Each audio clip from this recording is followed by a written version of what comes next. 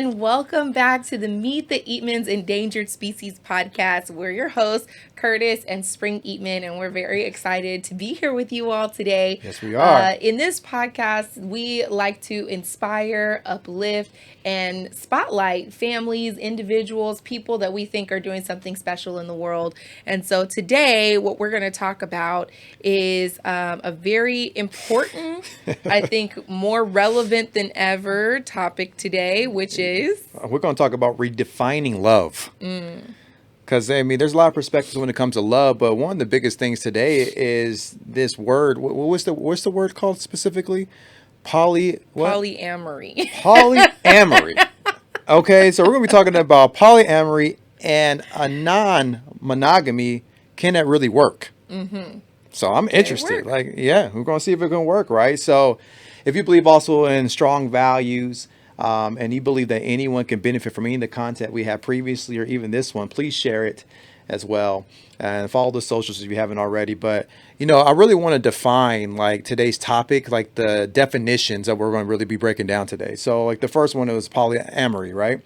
And by definition, what does that really mean, right? So it means the practice of engaging in multiple romantic, all right, and typically sexual relationships with consent of all the people involved. So that's more than what? One person? More than one person that you're in a relationship with. Okay. And the second one would be what we'll be talking about today? Monogamy. Okay. And that's by definition is the practice or state of being married, all right, to one person at a time. All right. And the last one we'll be talking about is? Non-monogamy. Okay. Which is what? Not one person at a time. Okay, so we just want to be clear on the definitions, all right, before we go right into the conversation. And we're going to get perspectives because, we have a perspective on faith-based. We're a blended family. I've been raised in a two-parent. You've been raised by a single mom. You're a woman nurturing. I'm a man, multicultural, multifaceted. We've coached many couples. We have different type of education types. So we want to bring all that into this conversation today and to give you some perspectives. But we also want to hear from you after you also listen to this podcast and engage with us with that as well. So let's get right into it. So we have three major segments when it comes to this conversation. The first one I want to talk about is, does polyamory challenge the idea of soulmates or does it expand it? Okay, so when we really start talking about it, my first question to you is, are we redefining the idea of the one? This person's the one for me, right? Right. Or are we really moving away from the need for exclusivity in love?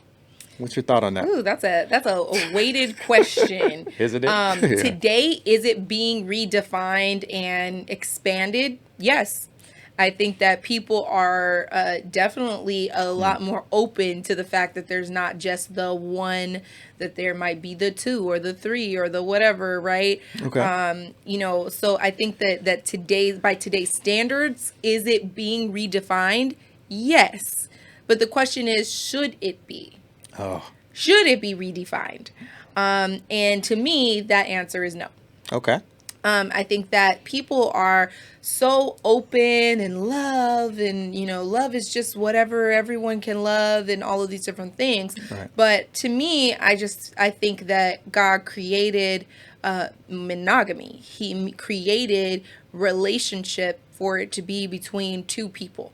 Okay. He didn't create Adam, Eve, and Steve. It wasn't a three-part system. Okay. He created it to be between two people, a man and a woman, and for them to be together and create a oneness, right? Okay. And it says that in the Bible that two become one flesh. It doesn't say three, it doesn't say four, it doesn't say five become one. It says when two come together and become one. Right. In Genesis, it talks about that, leaving your family and cleaving to your spouse, your husband, your wife, the one person. And so I think that today's society, we're consistently trying to rewrite, God's word or his intention to fit the mold of what today's standards are. But I think that we can't do that, that we can want it to be more than one person is all that we want. But I think that God has definitely made clear that it's between one person or two people together. Now, where it gets sticky Okay. is when we start to talk about, people that have been, maybe divorced or widowed or, those kinds of situations. Then it's like, okay, so is it only one, that's it, that's all? Right. I think that definitely God is calling for you to be in a relationship together, between you and that spouse, together at one time. But I do think that there is, if there's somebody that's, abusive, or there's some kind of, extreme adultery or things like that have defiled the marriage, and create the space for, okay, this is like, under God, you need to get a divorce. Right. I do think that God will create another path for you to be able to find love, but I don't think that is something that's going to be between multiple people at one time. So where do you think that comes from then? Like, by definition, again, we're talking about multiple people being connected, and removing the concept of the one. Right. Yeah. This is my one. God created us to be together. We were made for each other. You hear all these things, right, consistently, and and now it's like, well, maybe we're the two. So like where does that where does that openness come from, I guess you would say, or why is that now becoming a trend?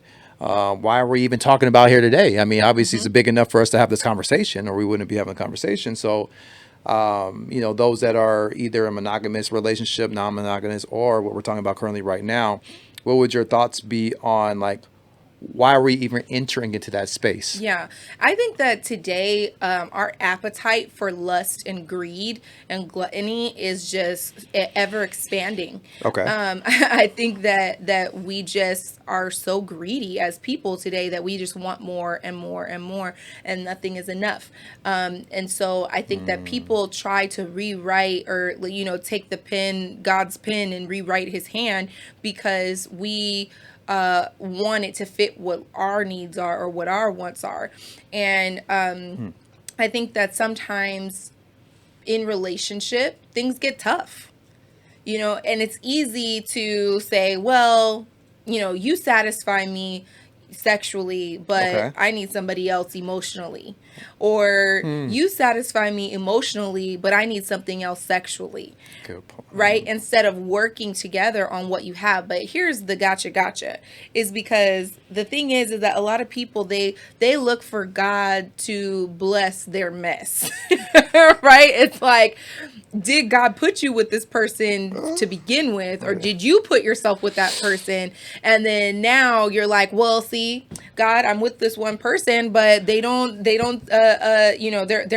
not fulfilling me in every area. Oh, so you chose the one, not God chose the one. Exactly. That's why you had to go find another one. Exactly. Okay. That's Because interesting. it's like, Okay. if we are really, really seeking God in everything, in our choice, our decision, in everything from dating to every area and aspect, He's not going to lead us astray. He's not going to be wrong about the person that He put us with. Okay. But sometimes we put ourselves with somebody, and then we're like, God, it didn't work. Why didn't you? It's just, but we ignored all the red flags. We ignored all the things that God tried to scream to us. This is not your person. And we try to fit a square into a round hole. And then it's like, hey, well, you forced it. It did get through, but now you got to deal with some of the things that are not as exciting. And do I think that even when we mess things up, that can God fix it? I do think that God can, grow our hearts together, but there's a lot of work that has to be done for you to be able to do that on both sides of things. But I definitely think that we've kind of get ourselves into this question a lot. Like we start to try to rewrite that. So what are your thoughts on this? I think today so many people are looking to be, you said satisfied, right? And I'll give you an example. Like, we just came back from Quebec, right? And that was a beautiful place. I think, where we went was like the most photographed place in the world, right? And interesting enough, like, I've never had so much food, right? And never got full. Yeah. So I felt like I always had to get another meal the next hour, because I never became full, because just in America, there's a lot of processed things. You get full really quickly, you fall asleep, all the stuff that's in it, right? And I could tell the difference.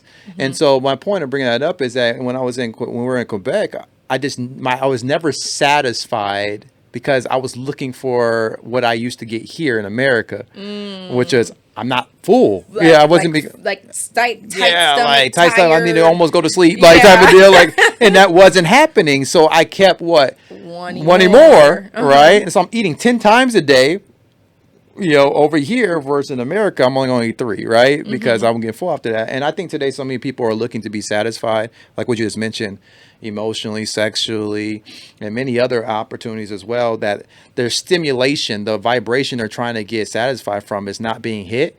So they keep seeking for more. Right. So when you keep doing that, then you have to justify why you need to keep adding more into the conversation. I think where this comes from. Right. So, and I think, what we're also consuming, the content we consume, I think, what we see on TV consistently, whatever you listen on podcasts, whatever you just see in the world, that has a lot to do with your idealism and how you create your own philosophy. Right. All right. And I think that also increases your stimulation, and what you thought you were satisfied, you'll even second guess it. Yeah. Even though you'll second guess it.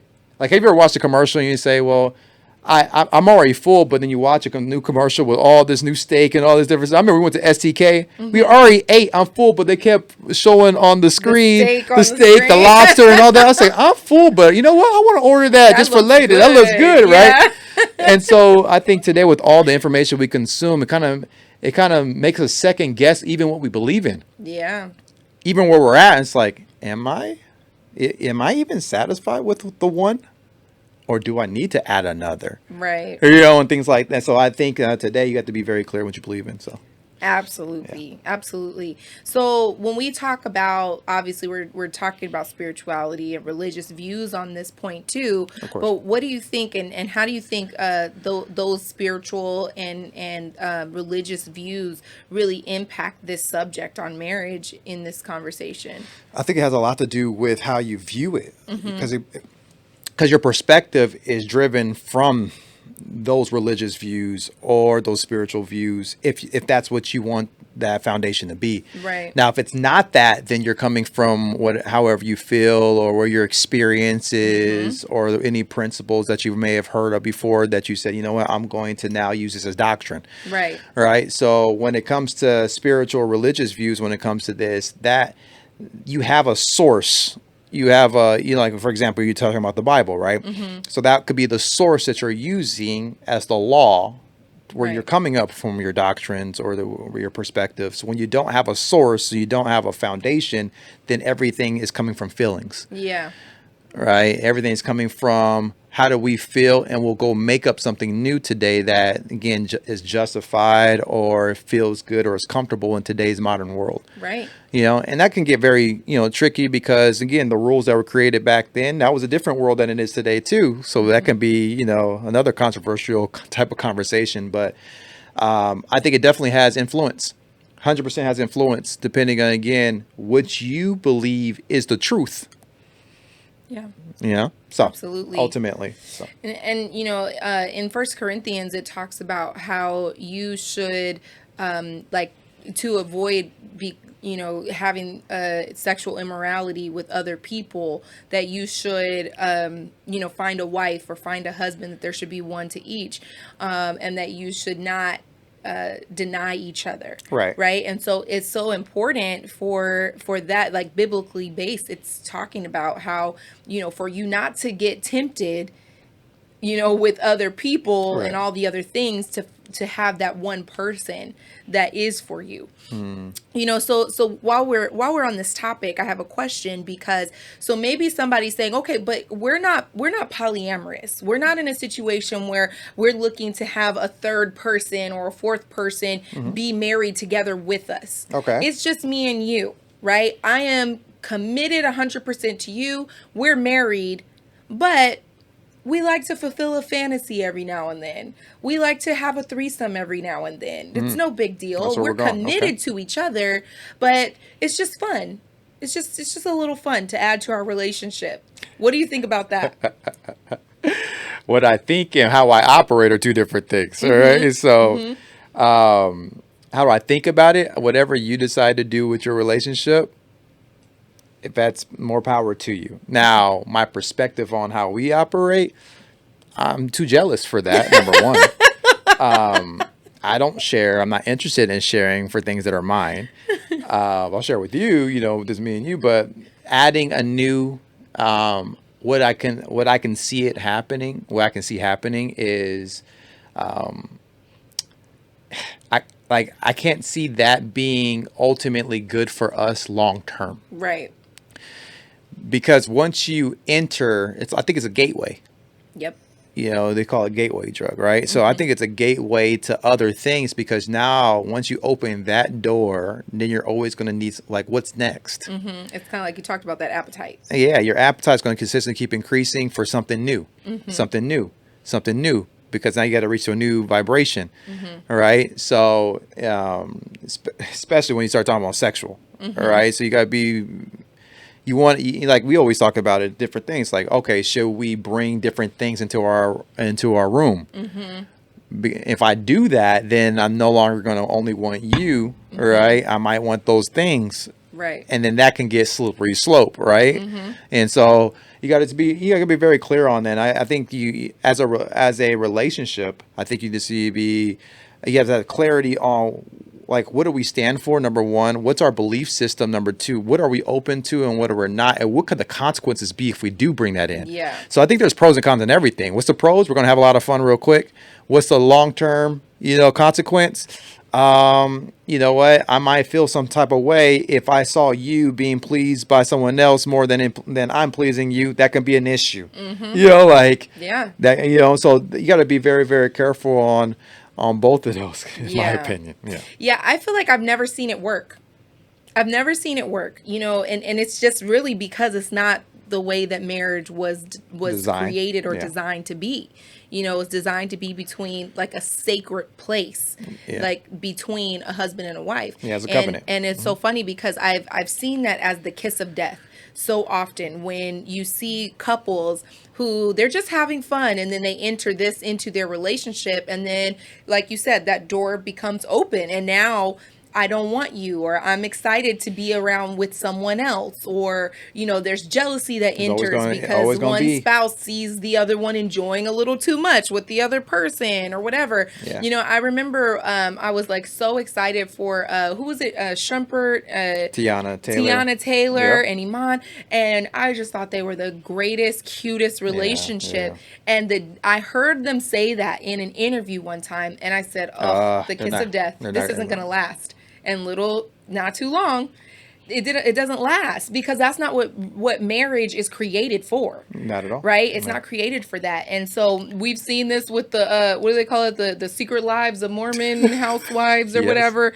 It always starts off fun and games, and then somebody gets hurt. Someone get hurt. Somebody starts to cheat. Somebody goes outside of somebody catches feelings with the other person. Yeah. Or they all of a sudden need another person, and then they're not satisfied by that person, and it just never works because it is not designed to be that way. Because when two become one, it creates a space of worship, and when you're defiling that space of worship, then now it's something altogether different.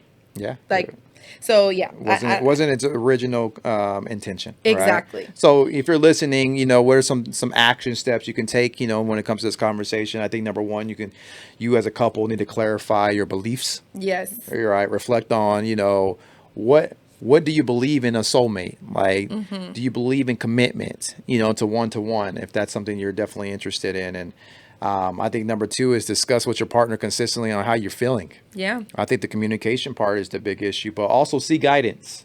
All right. I think seeking guidance is a key thing, and you have to be able to have, I think you have to have a relationship like mentor.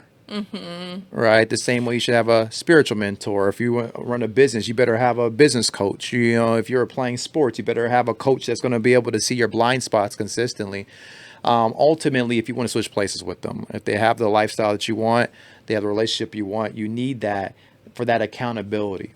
I think I think that's a that's key. super good, babe, because I think a lot of people don't think about that, having mentors for their relationship. Yeah, Because marriage is not something, relationships, marriage, it's not easy to navigate. not at all. And sometimes just having an outside perspective, somebody that believes in you both, is not going to pick sides, is Yeah, not going to, look at one or the other differently, but really is invested in and praying for the success of your relationship, ultimately. and always trying to seek for a solution for the relationship. I think that's so big and so important. I agree. So let's go. That was segment one. Let's go to segment number two. Hopefully we can get to all of them. But the next one is ethical non-monogamy truly sustainable in a world designed for monogamy?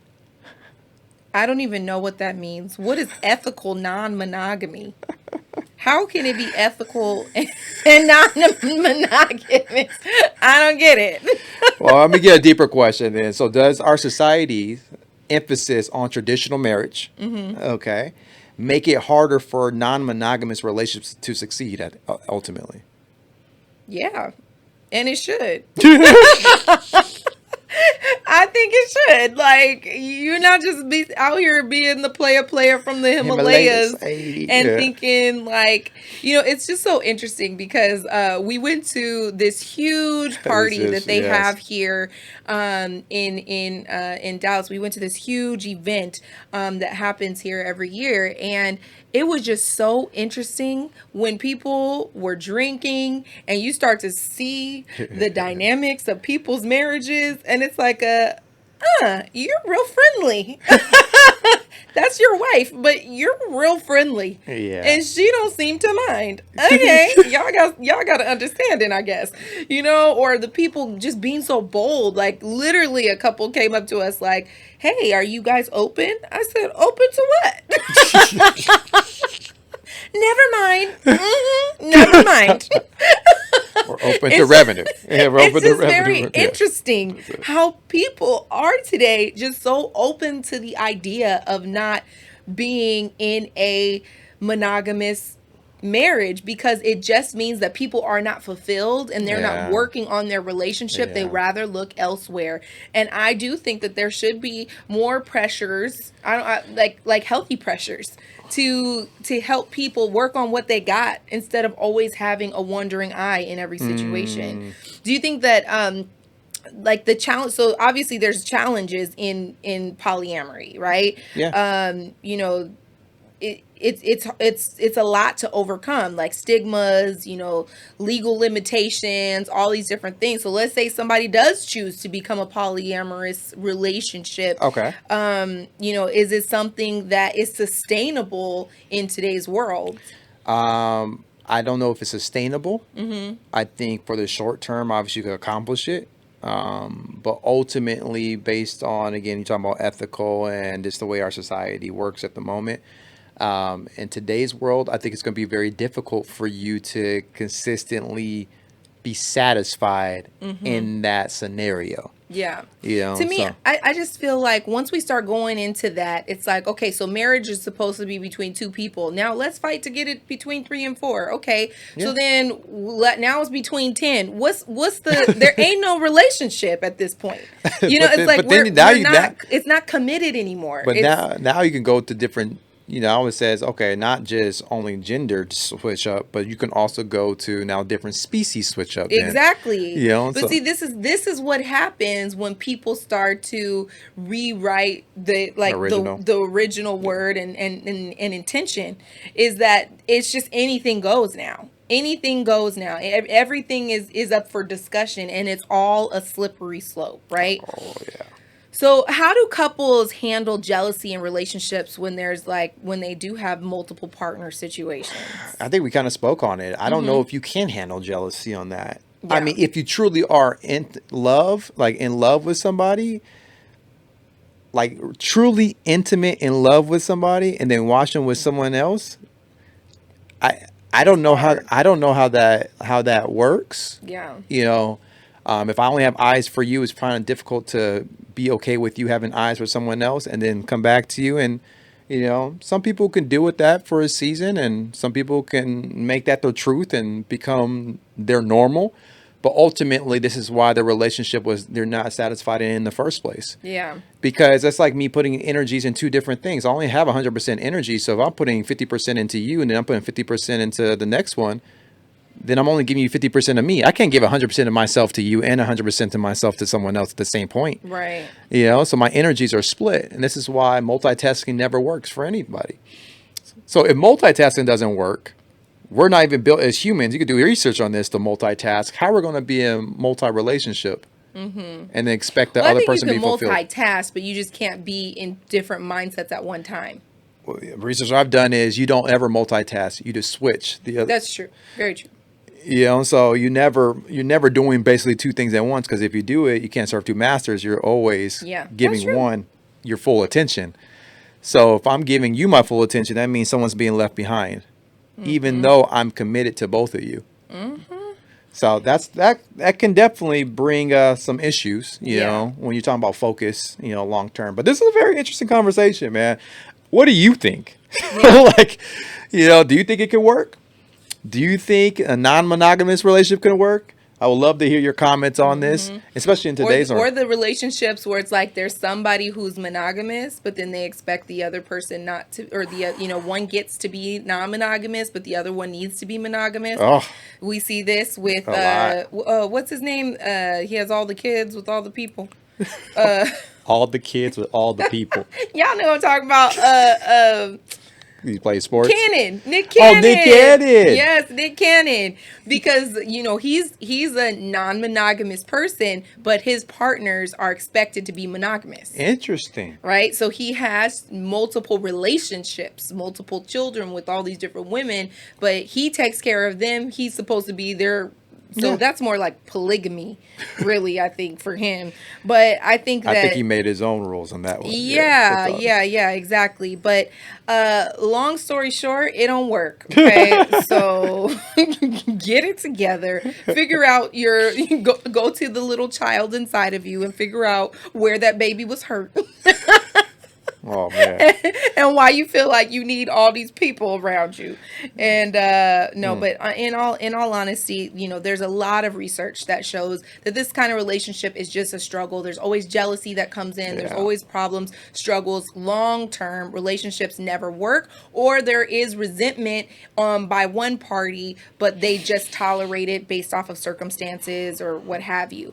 But again, what do you guys think? Love to Very hear. interested to I hear. would love to hear. I would love, because ultimately you got to think about, like, is jealousy insecurity that maybe you have at the moment, or is jealousy in this type of scenario, is it justified? I think so. You know, so man, I mean, we could do this all day because it's a lot of deep, depending again on what your philosophy is, depending Yeah. on what your perspective is, depending on what your foundation is, will really depend on how you see these questions that we're talking about here today and what your view is on them.